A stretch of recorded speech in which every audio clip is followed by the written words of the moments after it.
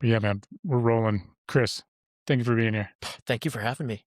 What do you do? How do you explain what you do and who you are? Oh, my goodness. Well, my name is Chris Geddes. I am a Montana native. I grew up in Bozeman.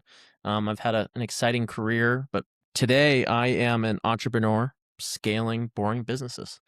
That is the easiest way to describe what I do. I, did a pretty typical path in life, like a lot of people. Went to college, got a good job, worked at good companies, and then about 3 years ago, I got super burnt out doing that, and I quit my W-2 job, and I have been building businesses, uh, actually across the country since then. So I'm sure we can go into it, but real estate acquisition, real estate businesses. I have a car wash. I have a commercial flooring business, and that has been really empowering for me and super fun to do. Um, and I kind of think of this as like my second act of my career as I've been focused there. So I met you at the real estate. What do you call the real estate event that you hold Oh, monthly? I mean, it's just the Bozeman, I guess, Bozeman Creative Finance Real Estate Meetup. The focus of that is to encourage the people of Montana to creatively buy real estate. I find that's a really great way for people to get into real estate, and that can be anything from seller finance to house hacking, creative options to get into properties, taking over existing mortgages. And I just provide that because I have a business focused around it, and I want people to be able to invest in real estate, even in a time today where it feels like maybe that's hard to do. It's so appealing to me. I think, as being a business owner, you're kind of, you, you want to, in a sense, do things your own way and take some chances. And you want to, or you start to think outside the box and Yeah. ask yourself kind of questions. Is this the only way to not only, well, I guess, yeah, approach life? Do I need to, work this 9 to 5 Monday through Friday? How can I do this differently? I've, fortunately, the way I grew up kind of calloused me to think that way. But I think about that with real estate, and I've thought about that for years. Man, we're so beholden to the banks and the system, and it makes something like this so appealing. Yeah, I mean, oh gosh, I could talk so many different ways about this, but we grew up, and I don't think it's a wrong way to grow up like this, but you have things of, I think of our generation, our parents, like, you go to school, you get the good job, you do the things, the white house with the white picket fence, have the family, and that's the path, right? You retire, everything's great. And for many people that will be successful, and from human history, a lot of people have been successful that way. But I think it is allowing for people that have a different mindset about that to realize that there's other options. And one of the biggest ways really is, I was always taught, yeah, you go to a bank, you show them your pay stubs, they approve everything. I don't know, you do a blood test, you find everything. I mean, for people who've gotten a loan, how much information they go after, which makes sense, right? The underwriting, all that stuff. But, there are other ways to get into properties, and, you don't have to work with banks. Sometimes, honestly, for the seller, not working with a bank can be incredibly beneficial to them. And you can really create situations where both the buyer and the seller, if you're buying with creative finance or, non-traditional options, you can make some really awesome wins. And I remember when I first learned about this, my mind kind of got blown, and it's been fun to help, in Montana, share that with other people, and, and bring, these strategies work in every single state. I have this phrase that I use a lot. It's actually from a stand-up bit. There's got to be another way, Yeah. but it's almost, in some ways, it's a disease of thought. But there's such an advantage to it. So, how did you get exposed to this idea, and how did you structure and make your first deal happen? Yeah, so that's a great story. I remember very vividly. It was January 1st of 2023. I was sitting in bed. I don't believe I was hungover, but I was like starting the new year and feeling frustrated, which is not a great place, right, in your life. And it kind of tells kind of how I was feeling in that moment. You know, I had I had achieved everything that everyone had told me to achieve. I worked for a great company. I worked at Google. I had this like, great everything that people tell you you're supposed to have. And I remember waking up being like, man, this is not fulfilling me in that way. And so I was on YouTube, and I was looking for, I was thinking of strategies like, well, what if I buy some more rental properties? What if I do this? How can I essentially do things with little to no money, or like, creative structures? I think that was that thing. And I just started watching a bunch of YouTube. will credit a gentleman named Pace Morby. He's kind of the king of um, real estate, or like this like creative financing aspect of that. And so I started watching a lot of his content, and from there, this is a key thing I'll really recommend people is invest in yourself. I invested in myself. I started to get into some mentorships and some courses and communities that were really helpful to help me educate and do that faster. I had kind of in my career not really done a huge amount of personal investment, which is a mindset change that I very much believe in today. And through that, I started learning some things, and I was able to structure my first kind of creative finance deal in Montana. Do you want me to go on the story? Do you want me to Yeah. I know. Let me ask you before I forget, Yeah. because I think you had mentioned is Pace Morby coming to this area to speak? Was that a So that was so Pace Morby did a tour around the country. He was in Bozeman about a month ago. and he's in Kalispell area or owns He property owns there? property up in Yeah. Kalispell. So he's based in Arizona, and this guy, thank you. You're good. This guy, I'm gonna go back and forth, everybody. Get ready for the ride.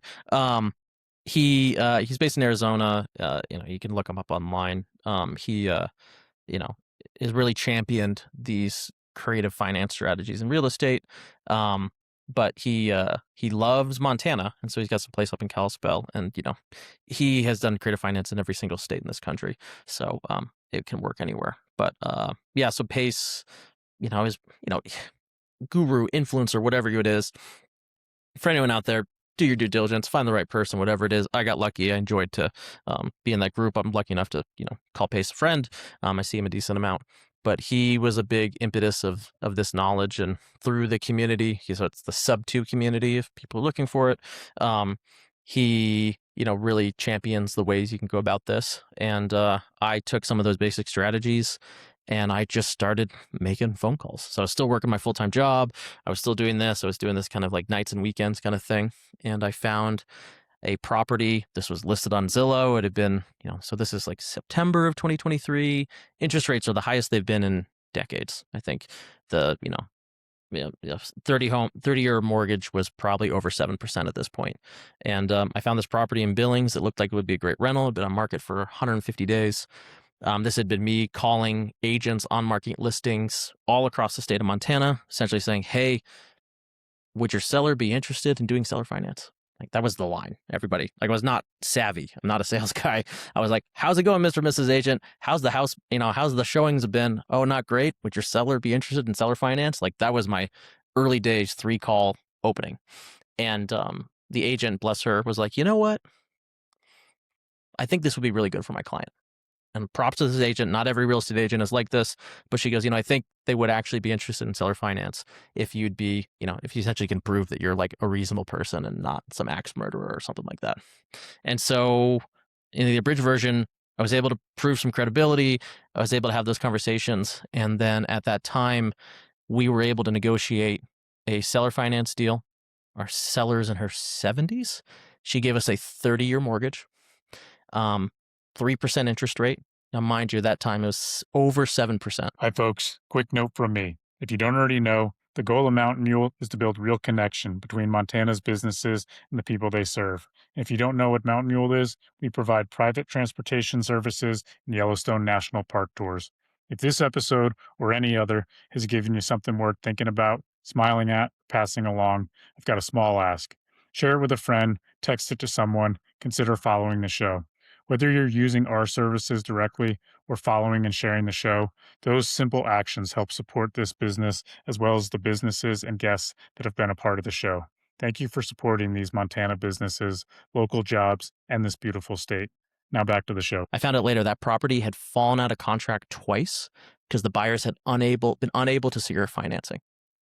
Oh, wow. Yeah. So imagine twice the banks have essentially said, hey, these numbers don't work. And we came in, 3% interest rate. And I think we put 5% down, maybe. Like I think my total cash close on call it a $350,000 house was like 15 grand or something like that. And they were our bank. And we had a really good conversation with them. She goes, I don't need this money. This money is for my grandkids. It's going into a trust. I want to pay their college, essentially. And Yeah, I mean, I still own that rental to this day. It's great cash flow. It's been a great asset, and we have actually a fantastic relationship with the sellers. As I was telling you, I was actually had a chat with them last week about something, and that was like the big eye-opening moment for me of like, oh wow, this works. And two, it works in Montana, which, and honestly, when I started this, very few people were interested in kind of creative finance in Montana. Montana, for people that don't know, had a huge boom during COVID. Prices really drove. It was just a conventional buyer, cash buyer market really at that time. And so I kind of caught it at a point where, okay, this is a good conversation for people that are trying to sell. But yeah, that was my big impetus, and that kicked me down. And my portfolio has grown immensely since then. Every property I've acquired in the last 3 years has been with non-traditional financing, seller finance, taking over an existing mortgage, some other kind of like lease to own option, something like that. That's so cool. Yeah. Out of the, what would you say the percentage is of seller agents that you call that say no way to owner finance? It's high, but part of that too is, and I applaud agents that truly understand this. There are some sellers where it's not the right option. We use the phrase a lot in our real estate team, trying to fit a square peg into a round hole. If it doesn't work for the seller, it truly doesn't make sense. And, sometimes a conventional sale is best for them. And the reality in those scenarios is they probably just need to cut their price. They're not going to get the price they want, but they are better off doing something like that. But I would say for the top 5% of agents, I think the biggest differentiator is they say yes because they understand seller finance. They've done transactions like it before, and they're open to learn new structures that may have a benefit to their sellers. The most frustrating thing with agents we work with is you can tell that they're not willing to learn, and they only know, well, you either pay cash or you pay with a bank. And those agents are really difficult to work with because we've seen in some instances that maybe a non-traditional option would be the best, or would be a consideration for their clients, but they play gatekeeper. Is there a fear that they're going to get cut out of this deal? Probably, but we really try to dissuade that. We've Yeah. paid plenty of agent commissions in the last several years. I would say with the amount of real estate we've bought, we've probably paid, I would easily 6 figures of agent commissions, because that's the value we can often bring in some of these transactions. Sometimes the seller don't really net enough money if they were to sell conventionally to leave a lot of room for an agent commission. And so we happily pay agent commissions where it makes sense. So I would say we've never done a transaction on market where an agent is cut out. Yeah, and if you're getting into a house with 5% down and 3% interest, I'd imagine that's a fee you'll happily pay. Oh yeah, I mean it's all included into the overall entry and thought process for things. But we often buy unrepresented, so there's no buyer agent fees, which helps the sellers where they have less they need to pay. I often tell agents, hey, you and your seller, how you get paid doesn't matter to me. If you take a higher cut, by all means. But the agents that are kind of most transparent and able to chat with us of like, hey, this is really what's needed to get the deal done, we're happy to do that. I know we close on a property in South Carolina. It's a 2% seller finance deal next week. And I'm pretty sure we're paying the agent's full commission. They're getting a 2.5% commission of the purchase price on that. And everyone's happy. Congrats, man. That's sick. Thank you. Thank you. Okay, so you're generally not using a buyer's agent. You're just working with the seller's agent. Yeah. And to all my buyer's agents out there, I would love to, right? And it just depends on the deal. But if you think of, I'm coming in with a non-conventional offer structure, it can make it more appealing to an agent or to a seller when they realize they also don't need to take an extra 2 to 3% of whatever they're receiving and pay a buyer's agent. Also, I mean, for everyone out there, we are very well versed in this. We understand our contracts. We're an escrow at any given point for 3 to 5 properties. This is what we do. If it's your first time doing real estate, consider working with an agent. Now, do the research, whatever it is. Make sure they're an investor-friendly agent. Make sure they've done seller finance or understand that.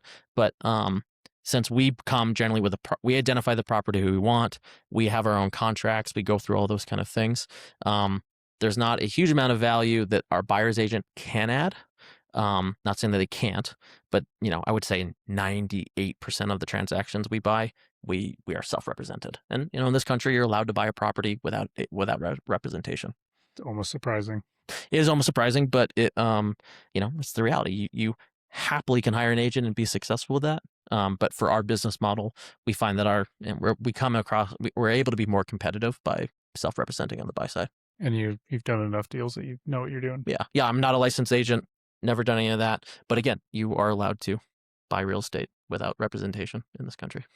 Traditionally, do the fees from the buyers and sellers agent always go traditionally to the seller, or does that depend on how the deal is arranged? So it depends on how the deal is arranged, and if anyone who's followed the kind of the NAR settlements in the last couple of years with the Association of Realtors, commissions are 100% negotiable, but in your average transaction, the total cost to of agent fees on a transaction is somewhere between 4 to 6%, and more times than not, the seller is the one to bear those costs.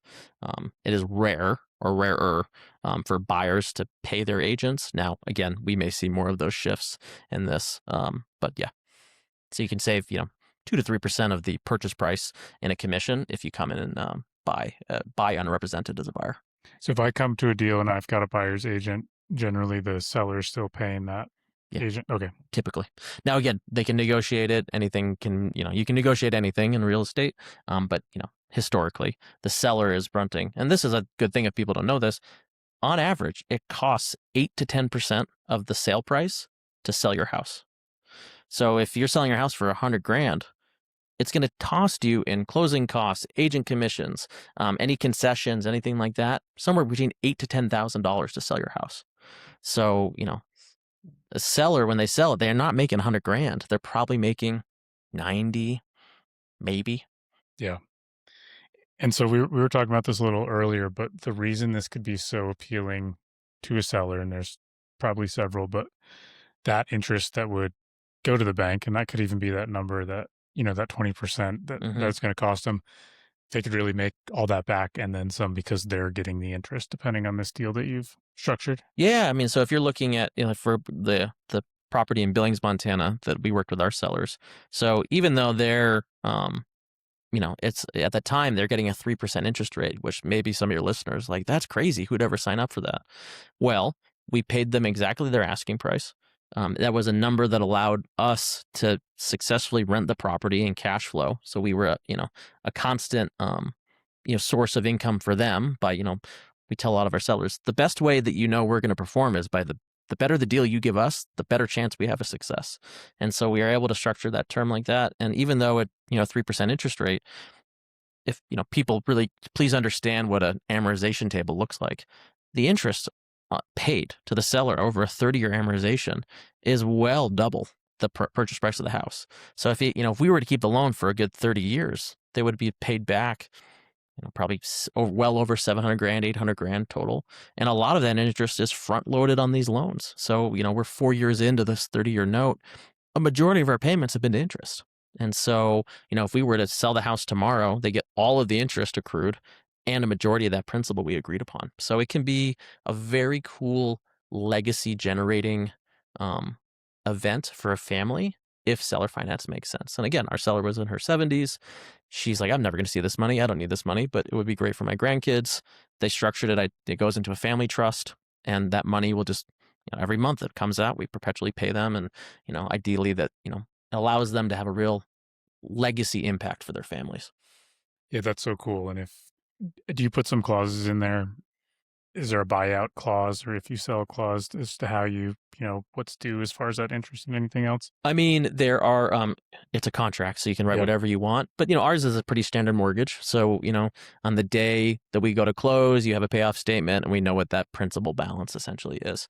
So we didn't do anything kind of crazy in that sense, but I know some people will structure like, oh, hey, if, you have to pay me a certain amount of time for my interest before I get, prepayment penalties is often a phrase for that. But that's the beauty of real estate in this is these contracts, you can draft whatever terms that you and the seller agree upon. And so I guess a simple way to say it is she could have got her 350, probably would have lost, or probably would have taken out 20%, 10 to 20%, as you were saying, traditional. And then the other half you would have paid in interest to the bank that you financed with. Oh yeah, it's 7.5% at that point.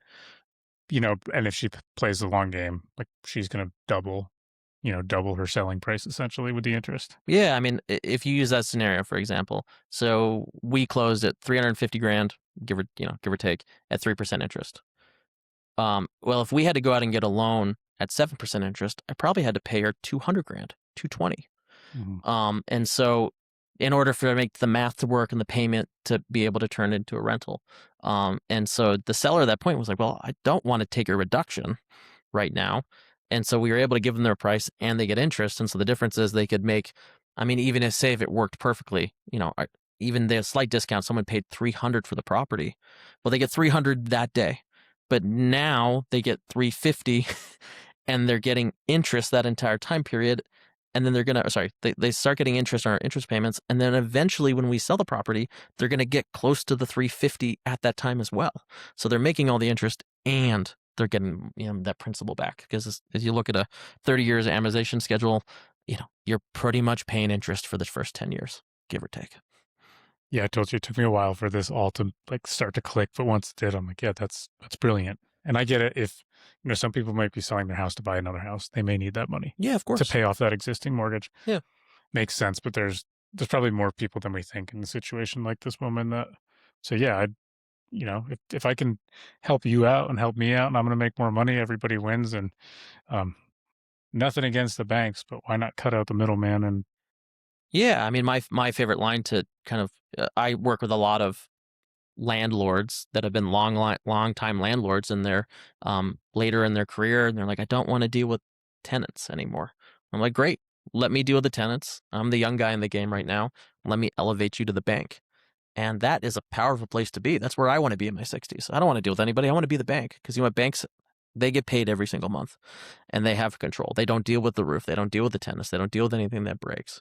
Now, obviously, you can talk about, well, banks, if things go wrong, they have to foreclose. Okay, sure. But there's always risks in life. You have to understand that. But for the majority of people, if you have the ability to be elevated to the bank, it's a great place to be, because it's just consistent, easy income.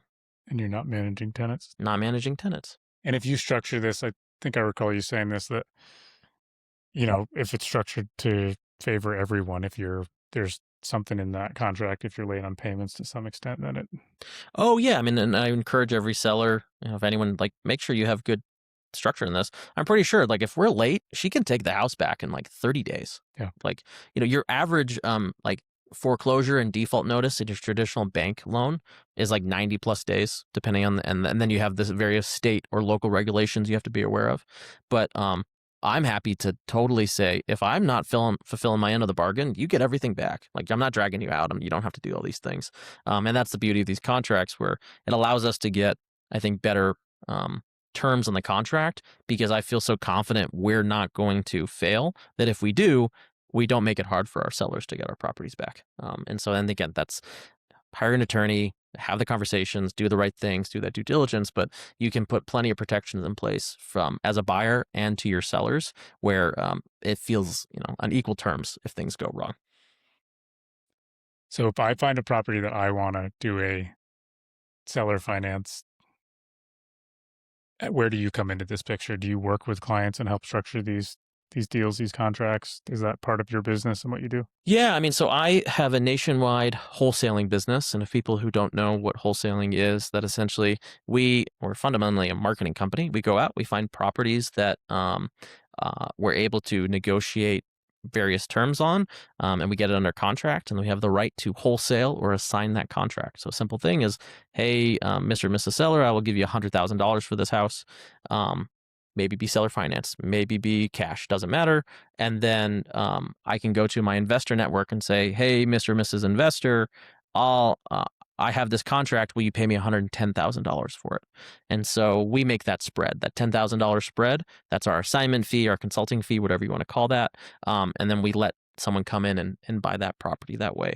And so our team is very good at negotiating terms that are either investor friendly, or even potentially for some people homestead buyer friendly, that makes sense for both parties. And we, are very transparent with everyone that if we intend to buy the property, we'll tell you. If we intend to wholesale it, we tell you. And the biggest thing is just solving problems. So if anyone is looking like, hey, I have a property and I'm unsure what to do with that, my team is very much happy to come in and help with that. Obviously for a fee because we're providing a service, but we have easily paid in the last year well over 6 figures in what I call JV agreements. So either a newer investor who is unsure how to structure something, but they have an opportunity that our team can come in and do. We will do a joint venture. We will, share whatever money we make on that. Or we've also consulted people, like say if you're looking to buy a primary home or property, or as you mentioned, like you might have some commercial real estate opportunities, just making sure and coming in that the structure makes sense, that it works for you, and then we can give guidance on things you can offer to the seller that also help protect them in that. So yeah, we're a full service company in that sense. So whether it's a buy, someone's got property they want to sell or buy, you can come in from either angle. Exactly. And then is it some percentage based or something? Yeah, percentage based. I mean, it really depends. What I tell people is the less work my team has to do, the more money you can make. Mhm. We're very fair about that. But if you're going to come in and we're going to take it for the most part soup to nuts, if you just bring in like an address and I've had a 5-minute conversation and this is what I think can happen, that's obviously worth less than saying, hey, everything's ready to go. We ironed out all the stuff. I just need help with a contract, or I need help with a buyer, or I need help with this. And so we try to make it really fair, and and ideally, after you work with us once or twice, you know what to do, and you will, you don't have to work with us again. We're not gatekeeping. We're not trying to hold information. We want people to go out and be successful. And after you do it once or twice, you generally can go out and do it by yourself. You said a term, homestead buyer. Yes. What do you mean by that? So homestead buyer is someone who intends to live in the house themselves. Okay. So a good example is why we work with some people. You probably know this as an entrepreneur, and I've experienced this. I left my W-2. You have many more tax advantages available to you as a business owner, which on paper and to the IRS makes it appear like you make no money at each year. You know what banks don't like? Those type of borrowers, because that's an issue. That's an issue, right? You and a lot of self-employed people run into this. You can tell that they make money, but they take all the advantages allowed to them with the IRS tax code. This is not tax evasion. This is just following the books and taking your CPA's advice. You're allowed to take certain expenses that traditional, W-2 employees aren't allowed to do. So some people we work with, they are essentially trying to negotiate owner financing terms because they can't go get qualified for a traditional bank.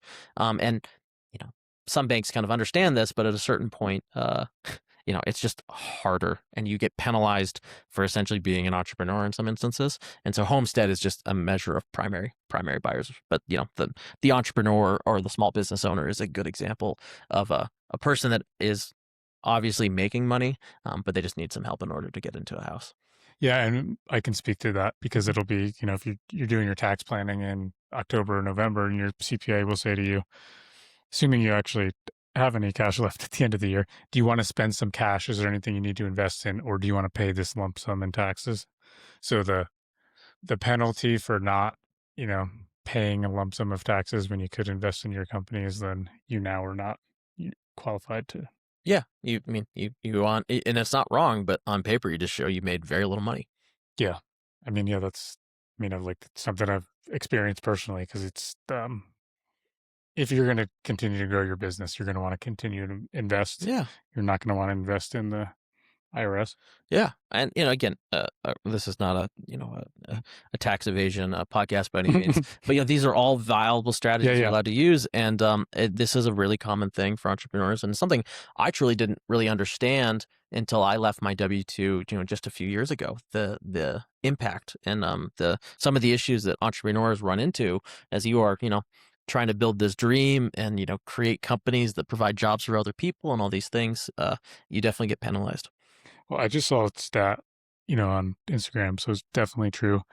But it said, if you're on a $500,000 salary, you're making $500,000 a year. When you break it down, you take home about $320,000.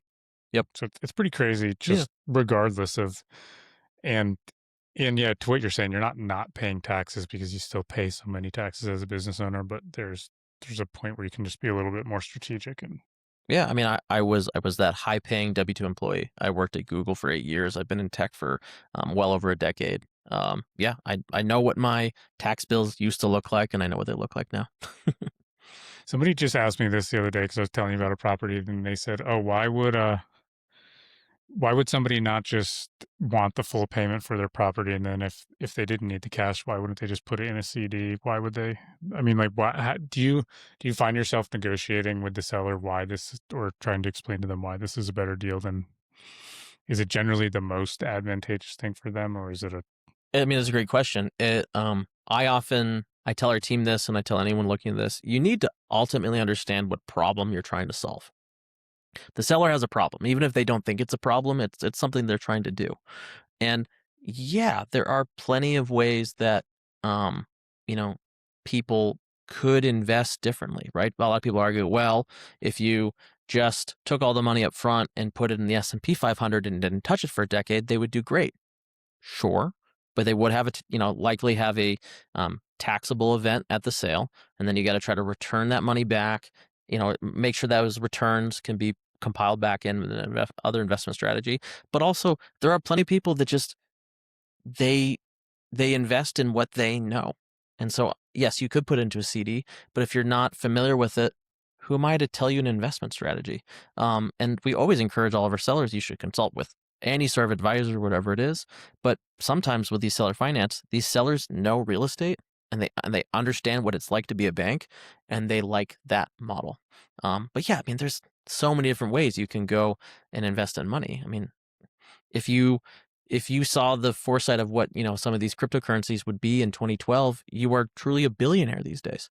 But that's a lot of risk, because for every one-off, there's 100 other things that could have been the next Bitcoin or something that made no one any money, if potentially went to zero or close to zero, and that investment disappeared. So that's why I tell people is, we really encourage our sellers to understand what it is, but sometimes, like, you can't put investment strategies into their mouth. They understand what they understand, and it's up to them to be able to explore with their own representation of what the best path is. You made me think of that. I don't know what that crypto Bitcoin company was that had all kinds of scandals with the younger kid. Oh yeah, oh, why can't I think of it? Sam Altman, no, not Sam Altman.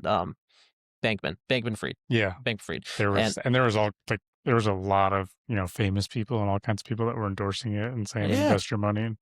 I mean, there are risks in anything you do, and of course, the seller is taking a risk on us in these cases. But if it goes south, they get back a property they've owned for a long time and generally have a pretty good understanding about.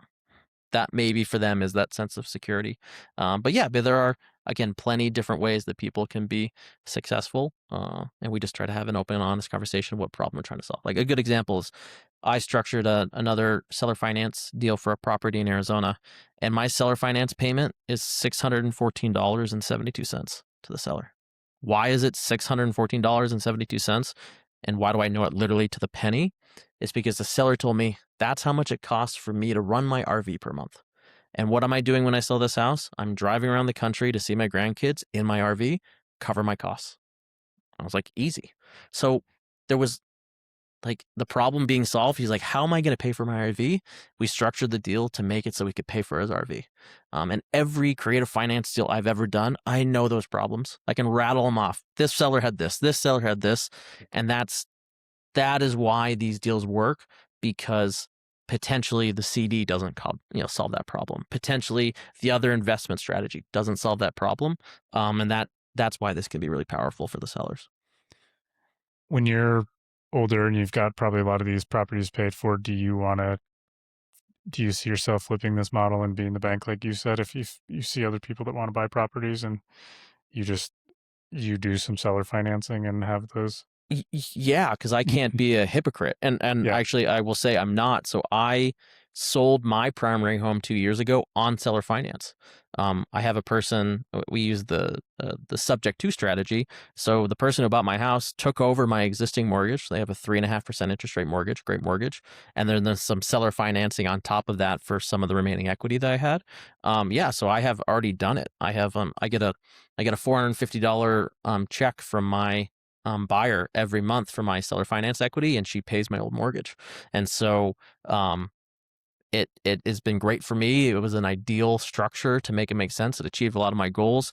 It was kind of the kickoff that allowed my wife and I to go down our path in entrepreneurship, and it worked exactly for me. So yeah, down the line, I mean, you just have to look at the options. You can either seller finance if you and let someone manage the property if you don't want to be involved, or there's the age-old sentiment of refi until you die.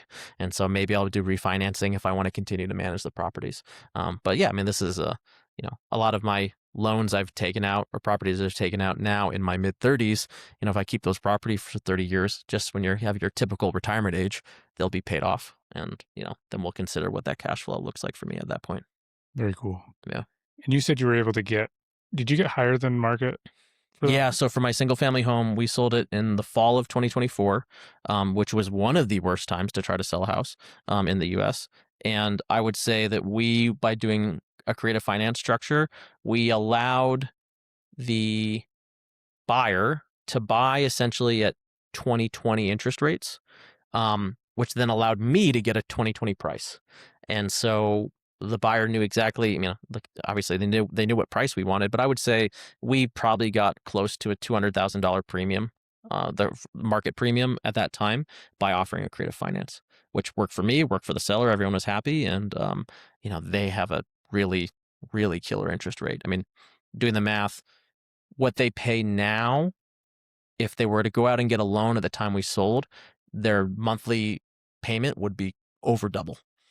And that's why a lot of people don't want to sell right now that are locked in with those rates.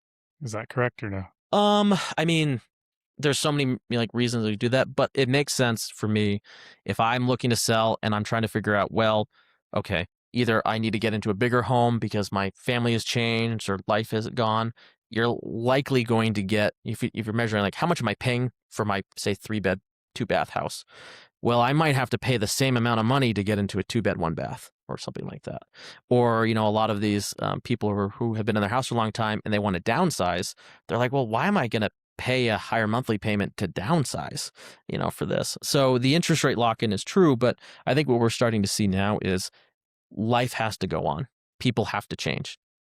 Babies are born, jobs change, life changes. You have to move. And, people may not love it, but I do believe as we come into this year and next year, we'll just see more maybe begrudging sellers walking away from the really low rates because they have to. Yeah. There's a tipping point at some point. Was that around 2020 when you bought? Well, my primary home? Yeah. The one. Yeah, I bought it I think we closed in January of 2021. That was 2%-ish range. Yeah. Peak really crazy low interest rates. Somebody just told me this recently that if you do seller financing, it may not be on your credit. Is that true? Correct. Depending on how it's so. Yeah. So I own a lot of properties where the debt is either in the seller's name, if I took it over subject to the existing mortgage or the sub-2 strategy. And I have a lot of debt that is in my LLC's name, but might not necessarily show up on a credit report. You can decide if that's pro or con, whatever you want it to be. Whenever I go out to, I haven't worked with a bank in a long time, but I have a very clear kind of property list with who the debt holder is and where it is on there. But often these strategies will cause the debt to not appear in your personal credit statement. Which can be another, depending on what you're trying to do, and hopefully you're not going too crazy, but if you're trying to get money and you've already got anything borrowed, it can tie you up. Yeah, the debt to income stuff is very true. It's funny, I'm having a conversation now because we are doing an SBA refinance for my commercial flooring company, and that's come up a little bit. My banker is super confused of why I own all these properties, but none of the debt is in my name. But as anyone, if you are responsible and aren't taking advantage of this great skill and asset you've done with creative finance, you can do just fine. It's people get in trouble when they I don't know, like the Spider-Man quote, great power comes great responsibility. I treat that. These creative strategies, they have a lot of power. Just don't abuse them. We were talking before we started, and you said you picked this up from Pace Morby. Mm-hmm. And we were talking a little bit about your meetings that you do, because you said you want them to be interactive. Let's solve a problem. Let's do something. I know who Pace Morby is. I've caught wind of some of his stuff and watched it. How were you able to break out of that trap of watching YouTube videos forever and not actually doing something? Yeah, I mean, it's challenging. I get that. So I I host a monthly meetup in Bozeman that's real estate focused for creative finance. And I really try to make it be interactive and have people be able to come in with problems they're experiencing, or at least give them the motivation to go out and do a thing, either have a phone call or reach out or submit an offer, whatever it is. Honestly, a lot of it is the mindset that I think people need to get into. It's easier to be able to sit on your computer and consume the content because you don't have to interact with another human being. I would argue to anyone who's ever been successful, if you've ever done any sort of transaction in your life, for the most part, a human being is involved, especially in real estate or business. Yes, you can buy stuff online and never talk to anybody, but if you're trying to interact in most of kind of the standard investment processes, another human being is involved in some capacity. And so you just have to, for me, it was I set myself a goal. I had a 90-day goal to achieve something, and I knew that I had to do a certain number of things each day to get towards that. And I told myself that I wasn't going to quit until I did it in 90 days. And so it's hard. And trust me, like, I hated the first 30 days of it. I sucked at everything. People hung up on me. Agents yelled at me. They told me I was a scammer. I did all of these like things, and it's really hard. But you're paying down your ignorance. You're learning a lot of things. You're learning that, man, the way I said that didn't work the first time. How can I change that? And, then my next 60 days, wow, that felt a lot easier. That felt a lot easier. And then that property in Billings, I got under contract on day 84 of me doing this. Oh yeah. 6 right? days to spare. Right. 6 days. But like, and it didn't matter 90 or 120, Yeah. like, whatever it is. But like, I was like, I don't know if this is going to work. Like it was so serendipitous. I had no idea that this agent was going to pick up and have that conversation, because you think about it, I had been told I'd had so many no's before that point, and I got that yes. And so many people online talk about this. Like, what would you do if you were only 100 no's away from the thing you want to achieve? How quickly would you try to get through those no's, right? Yeah. And for everybody out there, like, you just don't know how many no's you have to go through. It could be 5, it could be 1,000, but that's kind of these kind of two mindsets I took of how can I hear no so many times so that person says yes, and then setting myself up to really push and be consistent in one thing, and then give myself the chance of like, okay, after 90 days, if I really hated this and I didn't like it, okay, do something else. Not saying you're committed forever, but I notice too many people, they say they try and they really only try for a week or two, and I just encourage you to try a bit more before you really want to stop. I'd even say to the YouTube thing, in my personal experience, there's so much knowledge Mm-hmm. and so much information, but some lessons you have to learn yourself. Yeah. It doesn't, you can accumulate so much information, and it just doesn't hit you emotionally until you feel it. And that just takes being in there. Yeah, I mean, we have 4 fantastic acquisition specialists on my real estate team, and some of them have been with us for almost 2 years now. And I tell them, I'm like, hey, they handle some ejection, they do something really well. I was like, hey, you did a really good job with that, but you only got really good at that is because you've done that now 100 times. And I know I told you how to solve that a year and a half ago, but you totally forgot it, right? He goes, yeah, or she, whoever is on our team. They're like, yeah, I know I've been told these things, but you don't understand it until you're doing it. Yeah, it takes a while, and can take a long time. You can expedite it. You can Yeah, of just course. immerse yourself. Pay down your ignorance, whatever it is. I mean, like, if people are here like looking for ideas, join a team, work with somebody who's already been doing it, fast track it. You don't have to suffer like I did, like by myself, alone, trying to figure this out. I don't actually recommend that. I wish, like, honestly, join like a team like mine or someone like this, who's someone who's already shown success, and they can help you say, hey, these are the things you say, or these are the steps you do. Like, you will learn so much faster. This is the concept of investing in yourself in some capacity. But yeah, you kind of, there's really no other recipe than you just got to get and do it.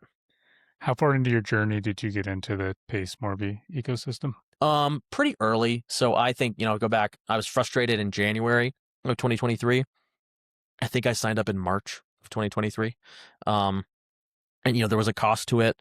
I remember vividly coming in, talking to my wife, and I was like, hey, I'm going to spend a significant amount of money, more than I ever have on anything.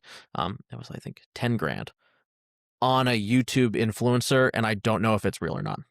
And props to my wife, love her to death. She's like, yeah, do it. I trust you.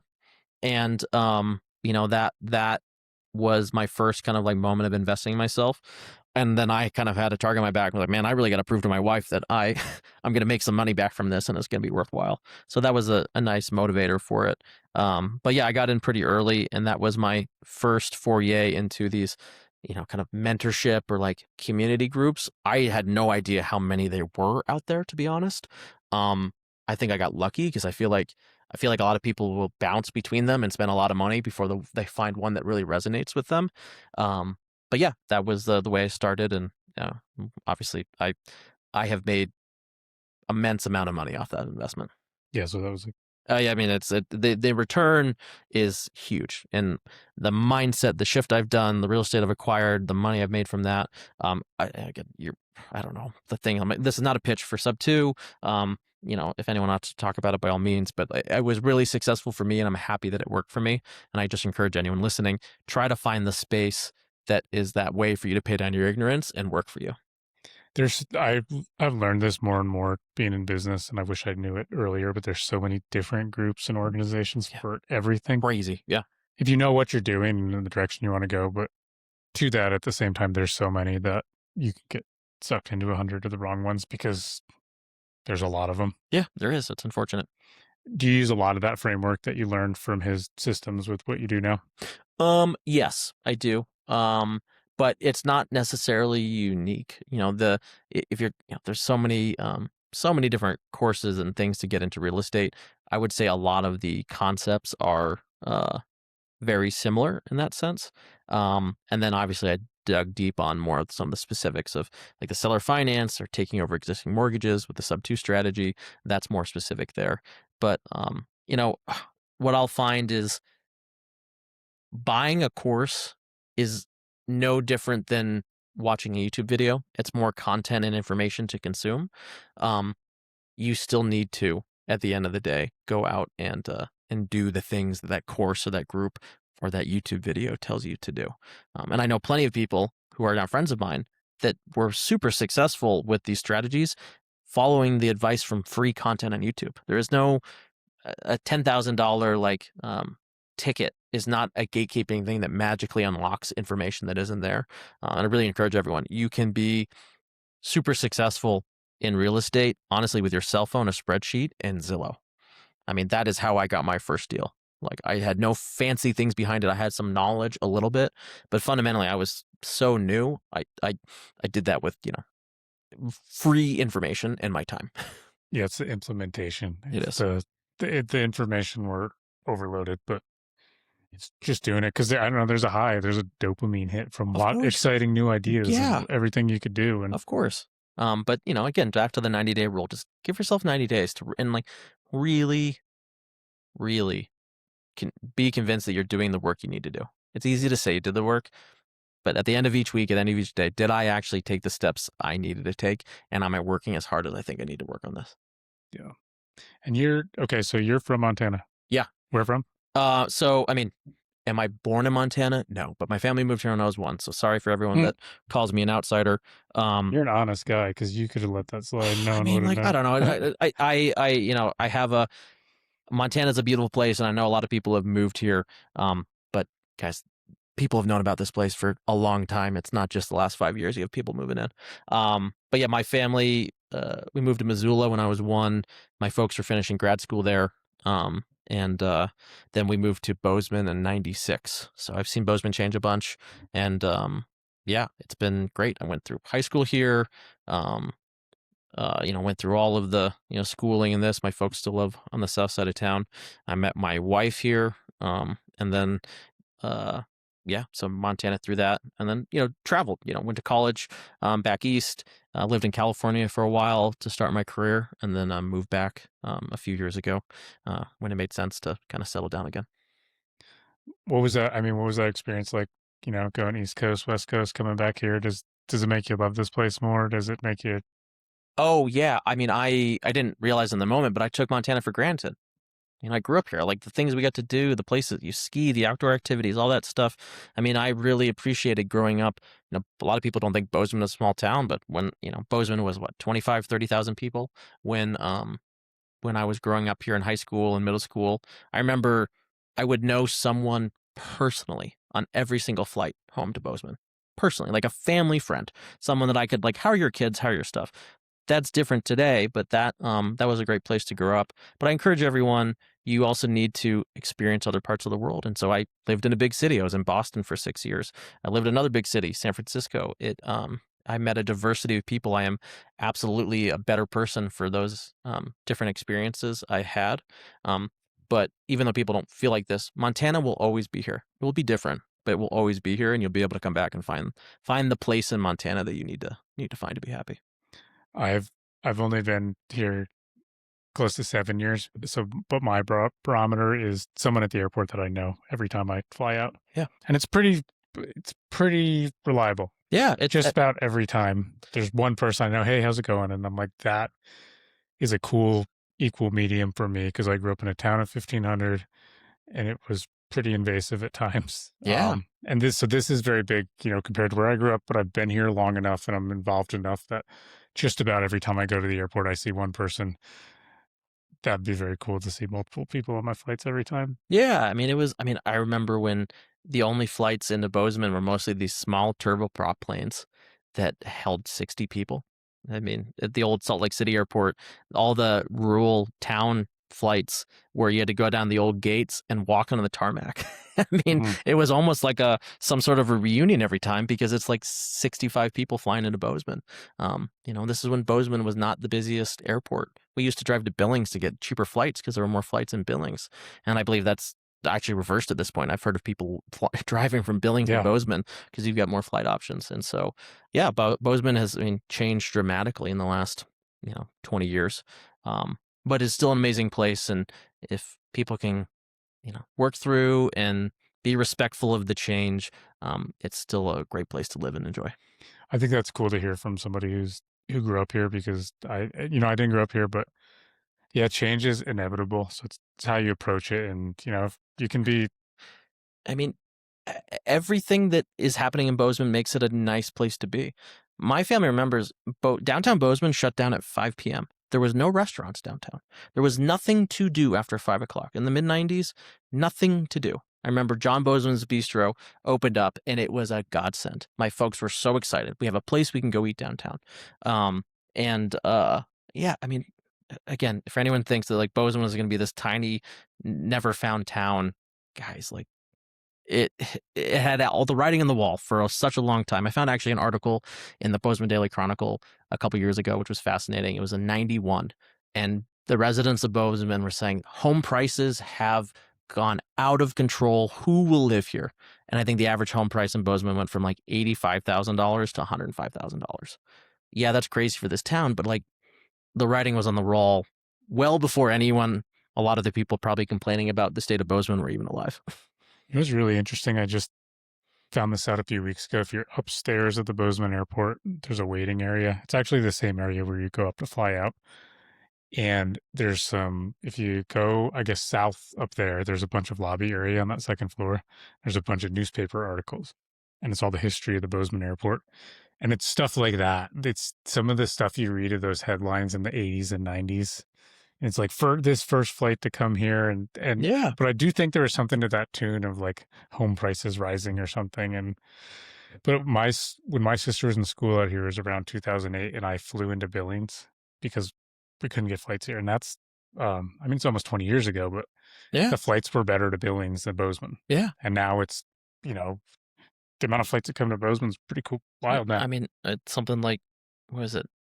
I get it wrong, but like, I think over 2 million people went through that airport last year. Yeah, no, you're like right. A crazy number. Yeah. That's, I know is over 2 because I think about that. Brian say that every year. Double the population of the state came through Bozeman Airport last year.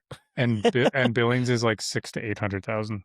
Yeah. So it's not over even double. Not even close. So I love that I grew up in Bozeman. I call Montana my home. And it's a great place to be, and it will continue to be a great place to be as it grows.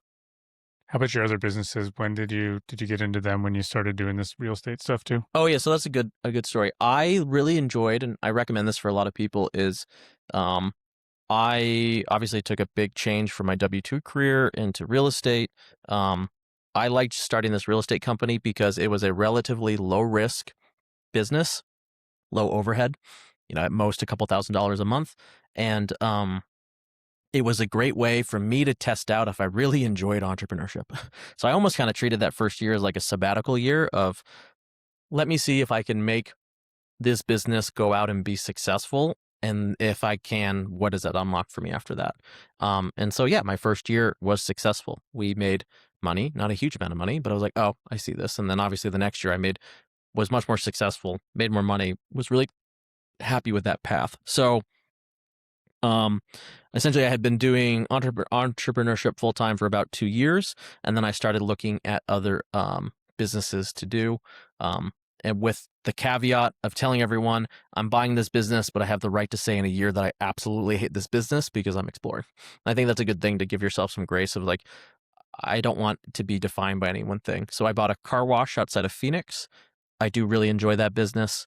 It doesn't change your life. It's not like some crazy cash cow that I think some people make it to be, but it is a very solid business that once you get it running in place is pretty low maintenance, and I don't think about it much. And so I acquired that business in April of 2025. So I've had that, about a year now at this point. And then shortly after that, I was invited to come in for an acquisition for a commercial flooring business in San Francisco. And that is my primary mover right now. It's a lot of work. That is a real business that has real overhead, that has real stakes, real things than that. But I've been able to take my experiences in business and some of my other aspects of my career to kind of take this, boomer, boring business. We retired a gentleman. Business has been around for 45 years. He, was in his 60s. Nothing was digital. Everything was paper, pencil. There was no QuickBooks online. It was QuickBooks. I had to fly to San Francisco and download the books from his computer. He did not have a way to connect them. That was 25. 25, yeah. Nice. So we essentially went under LOI, which for people who don't know, in a commercial transaction, you have a letter of intent that outlines everything. That's generally like, okay, everyone agrees to stuff, and then you have attorneys go back and forth and draft the final kind of purchase agreement. But we ended up closing on that business in September of 25. And so I've been running that with a partner. I'm remote. She's based in San Francisco. We hired a general manager. We got our guys in San Francisco. We have a warehouse in San Francisco. And that is true small business entrepreneurship. I have learned a lot, gotten my butt kicked, but really happy I'm doing that. So I took a gradual thing of like relatively low risk to a little bit risk. The flooring business is much more risk. And I'm glad that I did that because the things I've learned in those earlier businesses, did, really help me in that path. I'd imagine if everything, I guess, non-digital is the term, you probably see a lot of potential for that business once you can. Oh yeah. We, I'll happily share this. In the last couple of weeks, I have done a total rebrand of our website, made sure we have a digital presence, all of this. We started doing paid advertising, our first marketing campaigns. This business did zero advertising marketing for 20 years. The business on average was grossing about $2 million a year. A lot of it was word of mouth and referral only. And so just in a couple weeks, the opportunity for this business, we've spent, I don't know, maybe a couple $1,000s on ads, and we've built a opportunity pipeline of well over $400,000. Yeah, that's cool. So like the return on that $2,000, now we haven't closed all that, right? It's in the pipeline, opportunities, whatever it is. But even if we close a fraction of that, that return is amazing. And none of our major competitors advertise. And this is, I think, for people looking at businesses, and you see a lot of this, like, buy the boring business, buy the boomer business. A lot of them don't think like that. And we're able to be very competitive because they just have never, their business has been just fine without any of that stuff. So, did you say this is San Francisco area? Yeah, San Francisco. Yeah, that's a big city, so huge. There's a lot of opportunity. A lot of opportunity. A lot of I've kind of had a limiting mindset, but I was like, how many people actually need flooring? And as we've turned on our marketing, a lot of people need flooring. Yeah. Anything from preschools to churches to industrial flex space. I mean, everybody in some capacity needs something, and we do commercial and some kind of mid to high residential, and a lot of people need help. And imagine latching on to a 20-year reputation with this new, new technology? Like what a 1-2 combo. Yeah, I mean, we have some really great long-term legacy accounts. So Mhm. we've done a majority of the flooring at San Francisco Airport. We have San Francisco State University. We actually installed 1,000 square yards, wrapping up today during spring break for San Francisco State University. They're a fantastic long-term client of ours. The Presidio Trust, if people know the Bay Area, that is this beautiful old military base that has been converted to housing and in mixed-use industrial commercial space right next to Golden Gate Bridge in San Francisco. It's gorgeous. And the trust is one of our big clients. We do a ton of work in their commercial and residential spaces. And so for us, for that business, having kind of those marquee accounts makes our marketing a little bit easier because people recognize this. We've done work at the Chase Center where the Warriors play in San Francisco. And so we have some cool accounts that make it easy for us to talk about some of the stuff we've been able to do. That's so cool. I love that strategy of, finding some sort of legacy business that might be Mhm. a little bit old school and seeing I would see so much opportunity in a situation like that. Yeah, it's nice to come in. I mean, so like my partner knows flooring. The general manager we hired knows flooring. Do I know flooring? I mean, I've learned a lot, but I don't know flooring. And so that was, really, and this is hopefully good advice for anyone as you get into this, make sure everyone in the business has a very specific role that they can excel in. My partner understands flooring. She knows the legacy business. It's her dad's business. So she's been in this business before, retired her dad. Our general manager has 20 years of flooring management, which has been super helpful. But I come in with kind of the tech background, like the systems, the processes, to be able to do the marketing, the sales support in that sense, and that has been super successful with this. But yeah, I mean, but the nice thing about it is even if we were really bad with all the new things we were doing, the business was able to support itself in the short term with these legacy accounts and things we had to do, and that's great because I worry that some people will come and like, I want to buy business, but if you don't understand it and if you don't understand it and you got to come in and you have to be the person to go in and make sure the machine keeps running, but you don't understand it, you can get yourself in a really tough spot. So being able to come in and just like, all right, even if I'm bad with the new stuff, the existing stuff, if I don't mess that up, we can still be successful. That makes sense. Did the previous owner stay on for a little while with you guys? So we did a transition with him. He is actually in the structure. We did a little bit of seller finance. So That's he's what actually, I was going to ask you. yeah, a little bit of Yeah. seller finance, which was good. He actually is a small minority owner. So he's very much invested in us being successful Mhm. from this. Obviously it helps that it's, my partner's dad. So she wants her, he wants her daughter to be successful. But yeah, but it's been pretty amazing. We closed in September. I would say we were chatting with him almost daily, September, October, November. Now, we talk to him maybe once a week, twice a month he'll come in, which is a good iteration to show that the business is really understanding the legacy aspect of it. We put our own processes in place, and he obviously is there to help when he needs to be, but we're not relying on him, which is a good balance, I think. That's cool, man. Yeah. So what's your position in the company? So I am the chief operating officer. Okay. It's a business of 4 people, so you could give me any title, operations, whatever it is, but that's, Mhm. I guess, what's on my business card. And I'm in charge of really all of not the day-to-day flooring operations. That's our general manager. He knows that. But to ensure the business can essentially attract, retain, and deliver quality flooring, and all the various systems from sales to the tip of the spear to making sure that we get a nice review and delivery at the end, our customers happy. I'm focused on that. That's cool, man. A friend of mine around here has been looking for a while for a business purchase. So I want to pass along some of your insights to him. Yeah, please. I'd love to. It's, I have been through many iterations of business acquisitions. I thought 2 years ago that actually I would do self-storage, and I probably looked at over 300 self-storage facilities across the West, offered on a lot of them, was under contract for 3, and they fell out for various things in due diligence. And so that was a great lesson that, and I tell a lot of people, this is another example. You got to do the work. You're going to have to look at a lot of different things to find the business that really makes a business, the opportunity, insert whatever it is. It's no different from real estate to business or wherever else. Frank, even, as you're looking to find a life partner, you probably didn't, you know, marry the first person you ever maybe Mm. were interested in, right? You got to find that right mix for you. And it's okay to evaluate many, many different options and say no to a lot of things to find that right yes. Unless it was like the 30s or 40s, then you just like married the first girl you met in high I school. mean, it's a little bit awkward. Yeah. I married my high school sweetheart. Yeah. We're very happy. We're expecting our first kid this year. So like life was good for me, but Congratulations. thank you very much. Super excited about that. But, in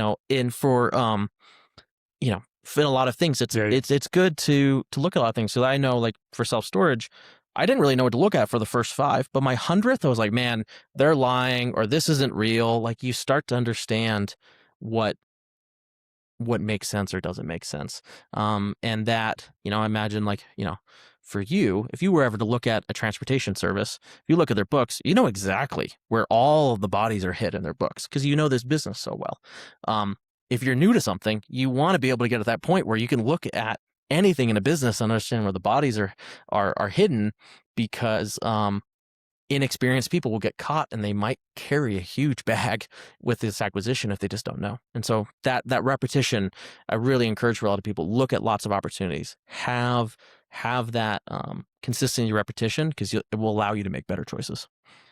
Yeah, I think they call it like a key man issue. Is kind of like it could have been this gentleman you bought it from. 100%. He's been doing it for 20 years. He was the key man. Yeah. If he died tomorrow, if he had died earlier this year, the business dies. He was the only person running it. Now we got a much better price on the business because we were accounting for that key man risk. But I bought a job. I was coming in knowing that I had to put everything in place. We hired a general manager. We put all the systems in place. Like it was a huge lift. I have to say, September through December was probably one of the hardest stretches of my life. Huge amount of work, not a lot of sleep, flying to San Francisco all the time. It was a lot. But I'm experiencing the upside at this point, where we're going to be. So that was okay. But for some people, like my car wash, I think about that thing for, I don't know, maybe 2 hours a month. Like that's a nice business to be in. But I bought a different business. I knew what it was. And that business is great, but it also doesn't have that same amount of upside because we paid more for it and all these kind of things. And there's only so much you can do. There's only so many cars you can get in for a car wash and maximize that. Versus, a flooring business, there's no reason that any business can't scale to $100 million a year. Be it being very good in location, buying additional locations, buying up competitors, whatever it is. And so for those types of businesses, you can be super successful and get as big as you want, really with no real limitation. Now, if you want to be $1 trillion business, you probably have to be a tech company. But other than that, there's no reason any business, any space can't be, $100 million a year business. In your mind, is it your systems that allow you to scale? Systems, systems. And really the thing about the key man risk is how can you in any business know that if you put a particular input in, you're almost guaranteed to get this output out. And once you're able to do that, it be it that advertising, be it the way, just that funnel of how can I get people in? And if I know if I do enough of this, that it should yield this. And it doesn't matter if I have a 5-year-old doing that process or someone who's super experienced. Like if you can literally just have any person come in and repeat the same actions over and over, that's how you build real enterprise value and really drive a lot of success in a business. And frankly, you as the owner, get out of the way. Mm-hmm. I don't want to be doing the things I'm doing now in this business because someone else needs to be able to do that. Someone, frankly, who's better at it than me. I know I'm a smart person, but there has to be someone better at it than me so they can do that. And then I can go focus on the next big thing. As I'm building a team, I'm getting used to these concepts. And I've been telling my team, I've got a leadership team now, and I tell them, look, if I don't even need to know about this stuff because you're so good at what you do, those are the kind of people that are going to stick around. Yeah. Exactly. Because you just, I don't even need to know. I trust you. You've been here long enough. You know what to do. Probably better than I do with some of these things. So as long as it's repeatable and it's somewhere that it can be shared and taught and you can, teach someone how to replace you so you can move up. Awesome. Yeah. I mean, my favorite phrase is we hired you for a reason. Mm-hmm. Go do it. Yeah. And, give people grace. Yeah. You'll eventually probably mess up. That's okay. We'll sort it out.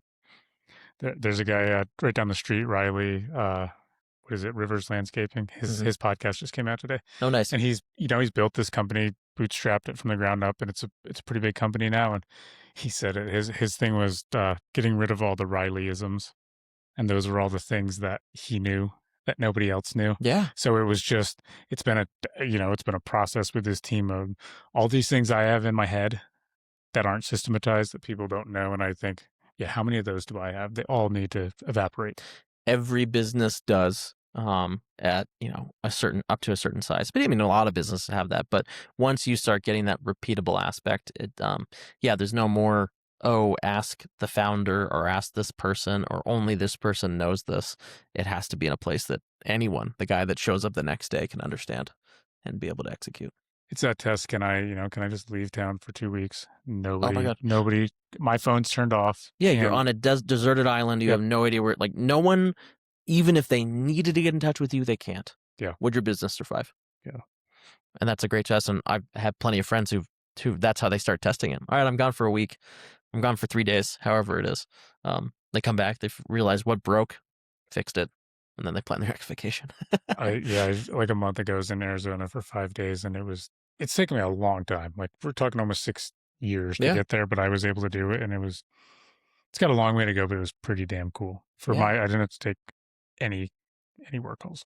There you go. It's very cool. That is, you should be very pleased with that. I was, yeah. And like I said, we still got a long way to go. Yeah, I know. But the fact that you're like, oh man, I've been doing this for 6 years, and this is the first time in 6 years where I could go somewhere for 5 days and not feel an anxiety in my business. That's a great feeling. It's harder when you're smaller because you can't, you're the everything. So you are the everything. Yeah. Yeah, it's fun. It's all happening for me. I love it. I love it. If anyone wants to come to your meetups, where do they find that, and where do you have them? Oh yeah. So let's see. What's the best way? Honestly, the best way for people to get in touch with me for that is just hit me up on Instagram. It's Christopher_Geddes. I'm sure you can tag it in here. I'll put it in the show notes. For the people like it. Send me a DM there. That's the best way for me to, you'll see my smiling face. You can't miss me and my mustache. But I host a meetup the second Wednesday in Bozeman at the Ives apartment building. The door might be locked, but just come and wave. You'll see a bunch of us sitting in that little conference room up front.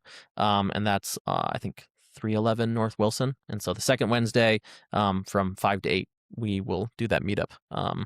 And if you send me a DM, I'll get you on kind of the reminder list. And we have an Eventbrite that it's all free, no payments, nothing like that, but just an easy way for me to figure out who's coming so I can have good conversations for people. If anyone's got a deal they're looking at, or they have questions about, or they want to work with you, is that the best way to find you? Yeah, simplest way. Just send me a DM, or I believe I have a link tree on my Instagram profile. My real estate company is called Pine to Palm Homes.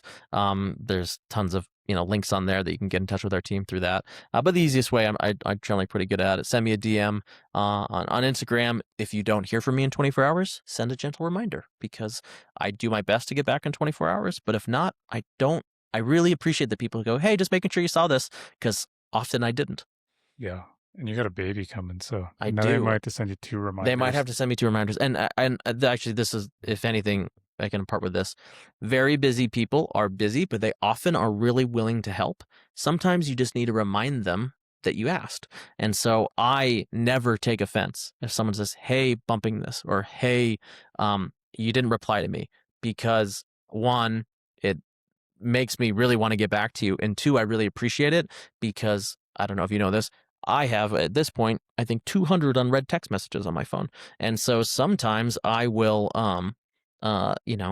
read something and then forget to mark it unread, and then, it's gone in the ether, whatever it is. So, I'm trying to be better about that. But yeah, if you're trying to get in touch with somebody, don't be bad. Like, don't feel bad about being persistent.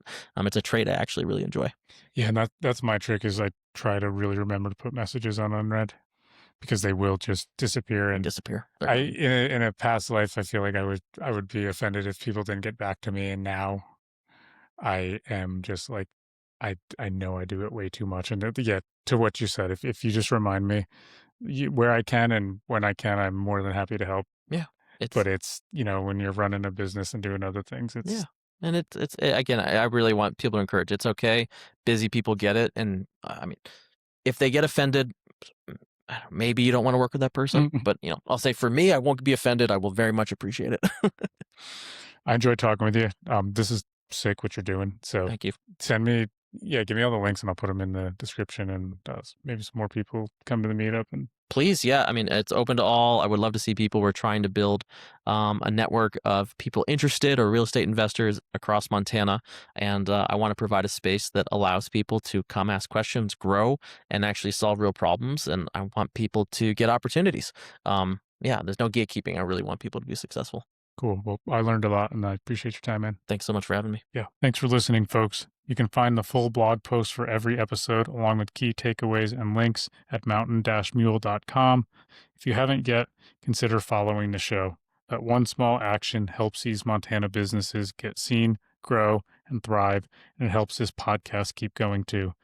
If you know a business that would be a good fit for the show, we'd love to hear from you. Just reach out through the website or social. Thank you for supporting these Montana businesses. See you on the next show.